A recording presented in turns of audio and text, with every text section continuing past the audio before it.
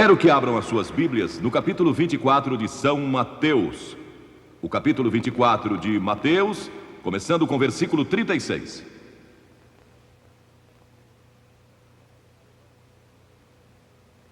Mas a respeito daquele dia e hora ninguém sabe, nem os anjos dos céus, nem o Filho, senão somente o Pai. Pois assim como foi nos dias de Noé, também será a vinda do Filho do Homem. Porquanto, assim como nos dias anteriores ao dilúvio, comiam e bebiam, casavam e davam-se em casamento, até ao dia em que Noé entrou na arca. E não o perceberam senão quando veio o dilúvio e os levou a todos. Assim será também a vinda do Filho do Homem. A pergunta que eu quero fazer hoje é esta, e eu vou respondê-la de acordo com a Bíblia. O mundo vai chegar a um fim? O mundo vai chegar mesmo ao fim um dia? Há pessoas que acham que alguns de vocês jovens que estão aqui hoje verão esse momento. Talvez aconteça durante nossa vida. Metade dos americanos entrevistados para uma pesquisa há 2 meses declararam acreditar que uma guerra nuclear vai acontecer em nossa época. Logo depois do sequestro do avião da TWA, voo 847, convocaram uma conferência mundial de peritos em Washington para discutir a real e terrível ameaça do terrorismo nuclear. Uma organização terrorista se apossando de armas nucleares e começando uma reação em cadeia que poderia destruir grande parte do mundo. Poderia acontecer? O Dr. Carl Sagan declarou em uma rede de televisão que o consenso atual de opinião de físicos nucleares é que bastariam 100 das bombas em existência para lançar o hemisfério norte no inverno nuclear, depois de destruir 1/3 da raça humana e deixando a Terra coberta por um manto de trevas. Um dos grandes sucessos de Hollywood há alguns anos atrás foi o Cavaleiro Pálido, cujo subtítulo foi uma citação vinda diretamente do livro do Apocalipse, e o inferno o seguia. Um cientista alemão disse que já se tornou possível despovoar a Terra. Historiadores como William Volk dizem que o dia do juízo está próximo. Mas então percebo algo assombroso para mim, chocante. Há um estranho silêncio por parte da igreja quanto ao que a Bíblia ensina. Há líderes da igreja que, como eu, defendem a redução ou destruição de todas as armas de destruição em massa. Não sou um pacifista, nem a favor de desarmamento unilateral. Mas eu creio que podemos chegar a um acordo quanto à destruição de todas as armas de destruição em massa, se nossa atitude for certa. Foi por isso que Jesus disse: importa-vos nascer de novo. Nosso coração é enganador e desesperadamente corrupto. Quem o conhecerá? Disse Jeremias. Mas sabem, a Bíblia não ensina que o mundo vai chegar a um fim. A Bíblia ensina que esta era terá um fim. A era do Espírito Santo. A era em que nos encontramos hoje e que uma nova era será estabelecida. Em outras palavras, assim como você troca seu carro velho por um novo, Deus vai trocar este sistema maligno atual, que chamamos de cosmos, um sistema mundial, vai trocá-lo por uma nova era. E essa nova era será a era do reino de Deus. E essa nova era vai prevalecer. Vamos ver o que diz a Bíblia. O Novo Testamento menciona o novo nascimento 9 vezes, arrependimento 70 vezes, batismo 20 vezes. Mas alguém disse, eu não contei, por isso não sei se isso é um exagero ou não, mas alguém declarou que a segunda vinda de Cristo é mencionada mais de 380 vezes. O que eu sei é que é mencionada com frequência. Cristo disse, como foi nos dias de Noé, também será a vinda do Filho do Homem. Agora, a história de Noé popularizou-se novamente na ficção e em quadrinhos. Na verdade, a programação de TV do jornal Los Angeles Times esta semana falava a respeito dos animais da Arca de Noé. O quadro da civilização nos dias de Noé está descrito no livro de Gênesis, em seu 6º capítulo. Diz que o povo era cheio de maldade, imaginações perversas, corrupção, violência. Toda a imaginação dos seus corações era má. Isso não se parece com nossos dias? Não podemos deixar de imaginar maldade quando assistimos muito à televisão e vemos tanta violência e crime, e lemos a respeito de crimes em nossos jornais todos os dias, pessoas que são assaltadas e assassinadas e roubadas e tudo mais o que acontece. Isto nos preocupa, pois entra em nossas mentes e nos enche de temor. Era um mundo em que o casamento fora deturpado e a perversão sexual prevalecia. Era um mundo em que a violência prevalecia. Recentemente, na Conferência Internacional de Mulheres, patrocinada pelas Nações Unidas em Nairobi, a questão da violência contra as mulheres foi frequentemente discutida. E violência contra crianças, pessoas que maltratam seus filhos. Os crimes e a violência estão continuamente aumentando. Este é um mundo de religião em decadência. Não falo só do cristianismo, porque quase todos neste mundo são religiosos. Todo mundo. Mas é um tipo decadente de religião. Não é a verdadeira fé em Deus.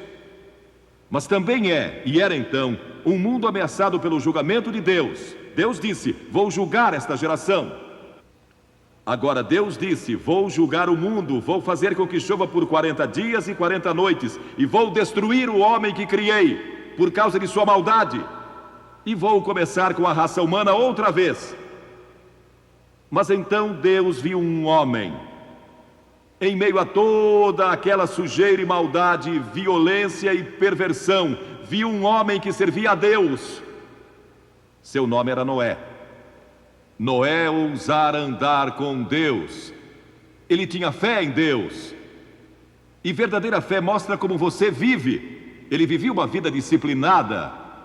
E era um homem de integridade moral. Ele adorava a Deus. E ousou servi-lo. Ele era um não conformista. Zombavam dele em seu lugar de trabalho. E zombavam dele nas reuniões sociais às quais comparecia. Seus vizinhos e amigos não conseguiam entender. Eles diziam que ele era estranho, porque falava a respeito de Deus e orava e cria em Deus. Cria que Deus controlava o mundo. A Bíblia diz que pela fé, Noé, note, pela fé Noé, sendo advertido por Deus sobre coisas que ainda estavam por vir, movido de temor, preparou uma arca. Deus disse: vou mandar um dilúvio, mas tenho que salvar Noé e sua família. Noé vive para mim, e Deus não pode julgar uma pessoa que vive para Ele.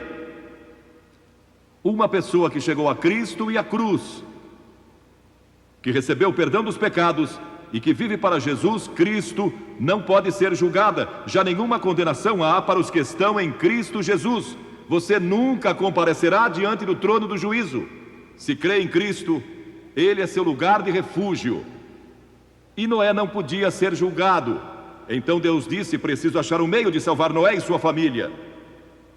Então Deus veio a Noé um dia e disse: Noé, eu vou destruir o mundo e começar outra vez.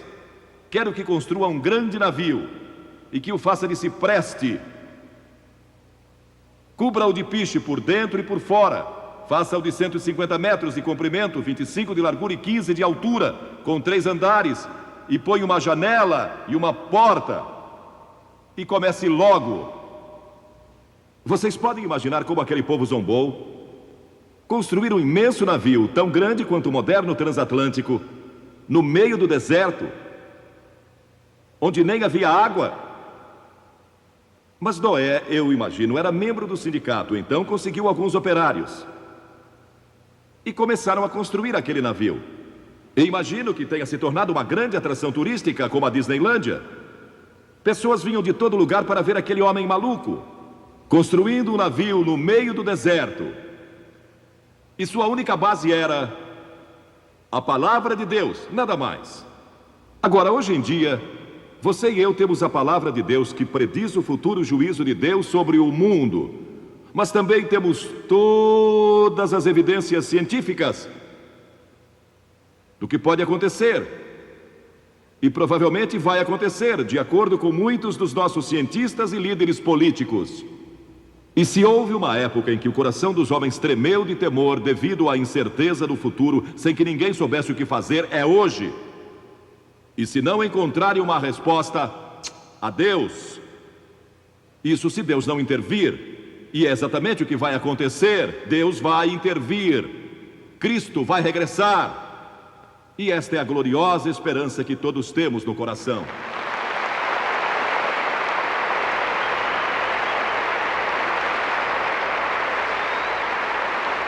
Mas durante todo aquele tempo Noé pregou. Ele trabalhava e pregava. A Bíblia diz que ele foi um pregador da justiça, pregou arrependimento. Ele clamava ao povo que se arrependesse e se voltasse para Deus, porque o dilúvio era iminente. Eles nunca ouviram falar de um dilúvio, nunca tiveram um antes. E os meteorologistas o desmentiam constantemente. Não há qualquer sinal de chuva, nenhum sinal de um dilúvio. Ele é um tolo, não sabe do que está falando, isso não é científico. E zombaram dele. E os carpinteiros que o ajudaram a construir aquele navio também não acreditavam nele. Trabalhavam pelo seu salário. Até mesmo a família de Noé achava difícil acreditar. Mas Noé não vacilou. E Deus não falou mais com ele por 120 anos. Pensem só nisso. Ele recebeu a mensagem do Senhor e acreditou nela, aceitou-a pela fé. Isso mostra a extensão da sua fé. E 120 anos depois, ele ainda estava construindo aquele navio e finalmente o terminou. E quando terminou, Deus veio a ele e disse: Noé, vou dar ao mundo 7 dias mais. 7 dias mais para que se arrependam. Mas depois disso, o julgamento vai se abater. A Bíblia adverte que o mundo vai sofrer um julgamento. Mas a esperança no horizonte é a ressurreição de Cristo e o seu prometido regresso. Foi a esperança dos profetas. Isaías 66 declara que o Senhor vai voltar em fogo e os seus carros como um torvelinho para tornar a sua ira em furor. E há tantas passagens do Novo Testamento que eu levaria horas lendo-as para vocês. Cristo disse: vou preparar-vos lugar, e quando eu for e vos preparar lugar, voltarei, e vos receberei para mim mesmo, para que onde eu estou estejais vós também. Um dos programas de televisão mais populares dos Estados Unidos alguns anos atrás foi Caminho para o Céu. Mas o único caminho para o céu nesta Bíblia é Jesus Cristo. Ele providenciou um caminho para o céu, providenciou um meio de salvação. Ele disse: eu sou o caminho, eu sou o caminho, eu sou a verdade, eu sou a vida. Podem imaginar alguém se levantando e dizendo que é o caminho e que ninguém pode ir a Deus exceto por Ele? Podem imaginar alguém dizendo: eu sou a personificação de toda a verdade. Toda a verdade científica, toda a verdade psicológica, a personificação de toda a verdade moral e religiosa. Só pode ser um louco. Ou ele é mentiroso, um louco, ou é quem declarou ser. E esta é a decisão que você precisa tomar. Se Jesus Cristo é quem declarou ser o Filho de Deus e o único caminho de salvação, o único meio de escape do julgamento vindouro, então é melhor achar o caminho para Ele, e logo, ainda hoje. Não espere, porque ninguém sabe quando nossa hora vai chegar, porque o fim do mundo para você pode ser hoje à noite, no momento em que você morrer. Esse momento vai marcar o fim do mundo para você. E isso pode ser a qualquer momento, mas para toda a população do mundo. Não vai ser da forma como alguns cientistas pensam, porque eles não levam Deus em consideração.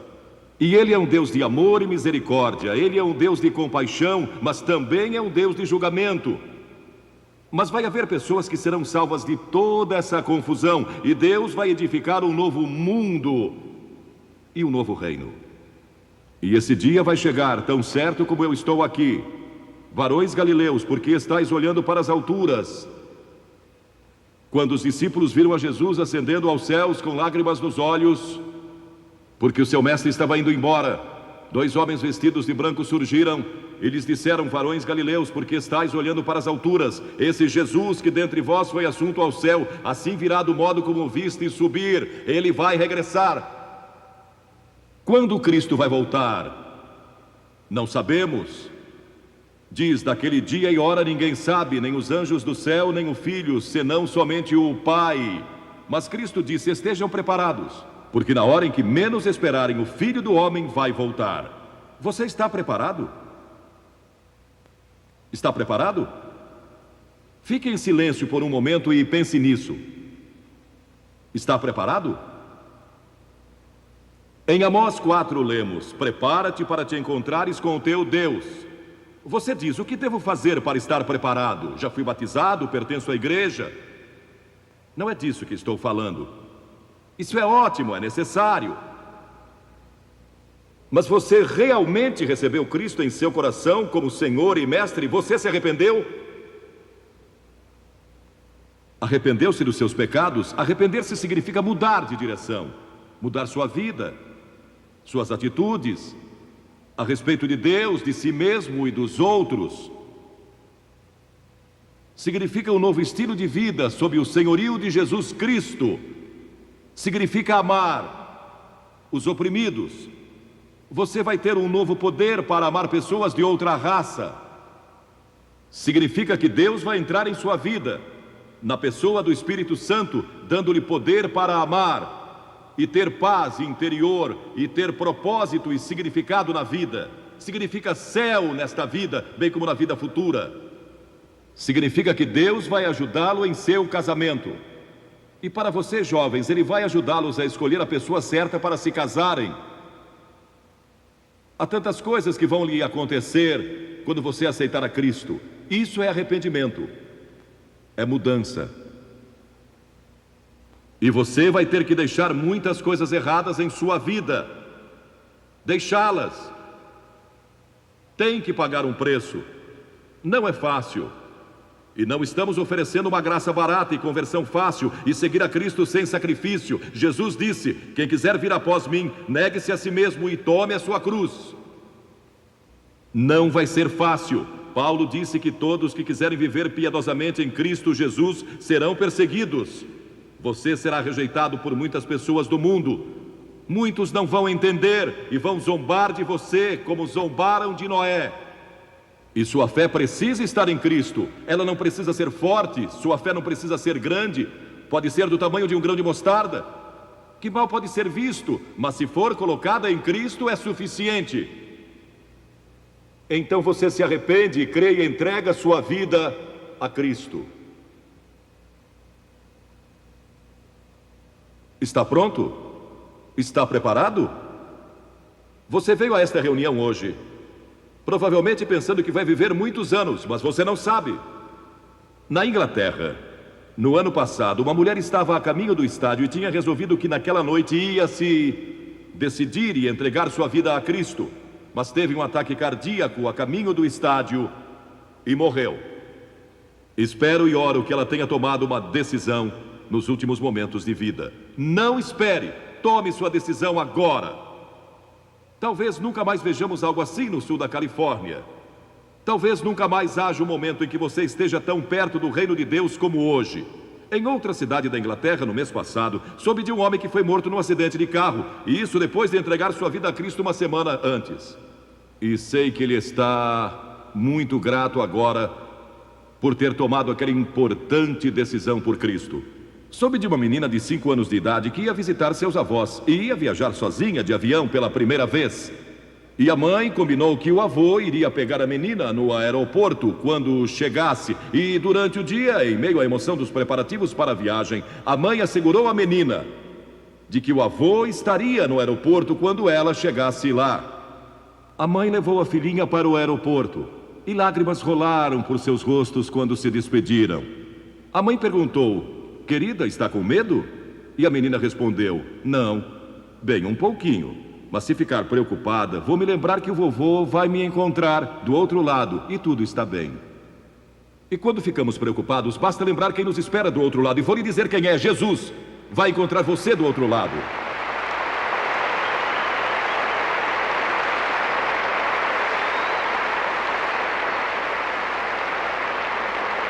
Você pode se decidir hoje. De Sheffield, na Inglaterra, no mês passado, uma senhora me escreveu que há um ano atrás seu casamento de 21 anos estava se desmoronando.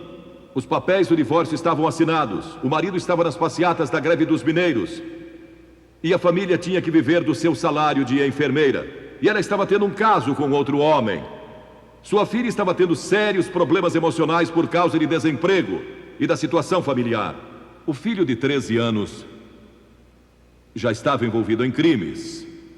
E um ônibus com um grande slogan passava por sua casa todos os dias e dizia: Billy Graham, vale a pena ouvir. Foi o que usaram como slogan daquela cruzada em Sheffield. E passava pelo lugar das passeatas, onde estava o marido, dia após dia. E aquilo perturbou-o tanto e não o deixou em paz. E finalmente ele não aguentou mais e disse: vamos lá, vamos ver o que esse Billy Graham tem a dizer. E com relutância foram com ele para ouvir o Evangelho.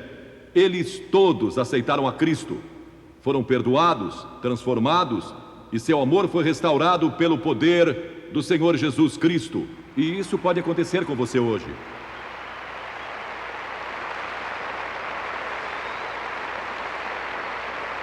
E ela disse algo muito interessante. Ela disse obrigada por ter dado sua vida a Cristo há anos atrás. E por ter vindo aqui para salvar nossa família, que estava à beira da destruição total. Uma mulher aqui veio para rededicar sua vida a Deus, para que Ele a ajudasse a vencer a amargura que tinha contra seu marido, que a abandonou, e então voltou sem sequer pedir perdão. E enquanto estava sendo aconselhada, ela olhou por cima do ombro do conselheiro para esta parte do estádio e, assombrada, disse: lá está meu marido. Ele veio à reunião, ouviu a mensagem e entregou a sua vida a Jesus Cristo. E eles saíram do estádio com os braços em volta um do outro. Isso é o que Cristo pode fazer.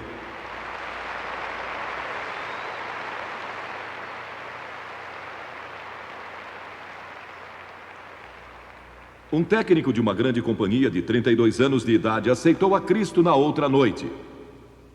Ele disse: o dinheiro se tornou um obstáculo entre Cristo e eu. Quero entregar a Ele meu amor pelo dinheiro.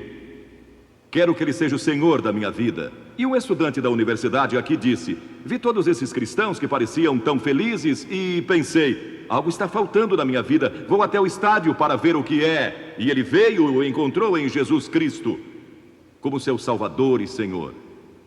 Um jovem de 21 anos, que nasceu na China e cresceu na Coreia, veio esta semana ao estádio aqui em Anaheim e deu sua vida a Cristo e disse: eu devia ter feito isso anos atrás, mas eu não sabia. E eu podia contar história após história, temos pilhas delas, de conselheiros relatando o que está acontecendo aqui e agora e que pode acontecer com você hoje. Você diz: Billy, você tem convidado as pessoas a virem à frente para tomarem uma decisão, mas não pode fazer isso com todo esse povo aqui. O que vai fazer? Pois vou explicar, tudo está planejado. Vou pedir que ninguém saia deste estádio agora. Isto é muito importante. Vamos fazer silêncio. Todos quietos. Eu peço às pessoas que venham publicamente, porque toda pessoa a quem Jesus chamou, Ele a chamou em público. Ele disse: se você não está pronto a me confessar diante dos homens, tampouco eu o confessarei diante do meu Pai que está nos céus. A única exceção a isso teria sido Nicodemos. Não sei ao certo se aquela foi a noite em que ele tomou sua decisão. Ele foi ver Jesus à noite. Mas todos os outros a quem Jesus chamou, Ele o fez publicamente diante de todos. Vou pedir que você tome uma decisão por Cristo diante de todos. Hoje.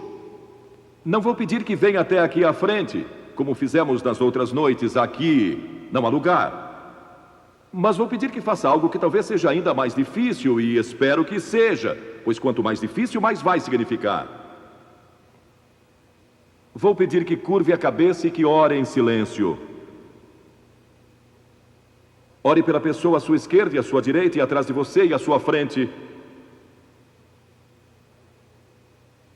E então vou pedir que cada pessoa aqui que não tem certeza se já nasceu de novo, não tem certeza do perdão dos pecados, não sabe se vai ao céu quando morrer, e quer ter a certeza, quer abrir seu coração e deixar Cristo entrar, e está pronto a se arrepender dos seus pecados e recebê-lo pela fé como Salvador e Senhor.